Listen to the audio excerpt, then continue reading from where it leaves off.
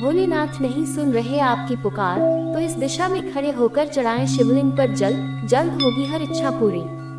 भोलेनाथ सबसे जल्दी प्रसन्न होने वाले देवता माने जाते हैं। उन्हें एक लोटे जल से ही प्रसन्न किया जा सकता है, लेकिन सनातन धर्म में शिवलिंग पर जल चढ़ाने के लिए कुछ नियम बताए गए हैं, जिसमें दिशा का बहुत महत्व है। सोमवार को शिवलिंग पर दक्षिण दिशा में खड़े होकर जल चढ़ाएं। पूर्व दिशा की ओर मुख करके जल न चढ़ाएं। शिवलिंग पर तांबे, पीतल या चांदी के लोटे से जल चढ़ाएं। सोमवार का दिन भगवान शिव को समर्पित है। इस दिन अधिकतर लोग शिव मंदिर जाते हैं और शिव जी पूजा कर उन्हें जल अर्पित करते हैं। शिव पुराण के अनुसार शिवलिंग पर श्रद्धा भाव से जल चढ़ाने मात्र से भगवान प्रसन्न हो जाते हैं और उनकी मनोकामना पूर्ण करते हैं। लेकिन क्या आपको पता है कि शिवलिंग पर जल चढ़ाने की सही दिशा क्या होती है?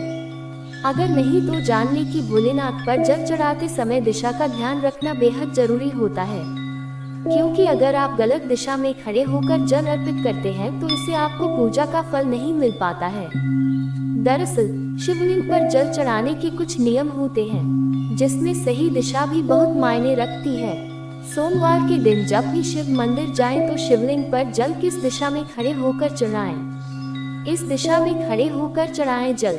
शास्त्रों के अनुसार शिवलिंग पर हमेशा दक्षिण दिशा में खड़े होकर जल चढ़ाना चाहिए। इसके आपको बता दें कि जल कभी भी पूर्व दिशा की तरफ मुख करके जल नहीं चढ़ाना चाहिए, क्योंकि इस दिशा में शिव जी का मुख्य प्रवेश द्वार होता है।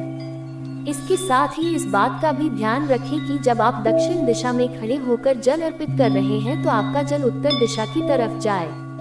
यह उत्तम माना जाता है। शिवलिंग पर जल चढ़ाने के नियम।